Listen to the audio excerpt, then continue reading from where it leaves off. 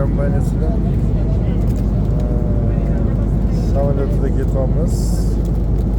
Xudo xohlasa mana iftorlikka tayyorgarchilik og'iz ochilishiga ozgina qoldi.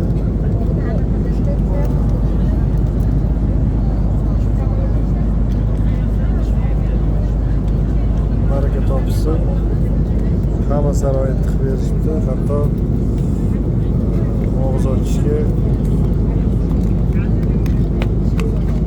xurmolar ham berishibdi. Yo'lovchilar, xonimlar va janoblar, iftor vaqti bo'ldi. Kutilgan ro'zalar Parvardigor dargohida qabul maqbul bo'lsin. E'tiboringiz uchun rahmat.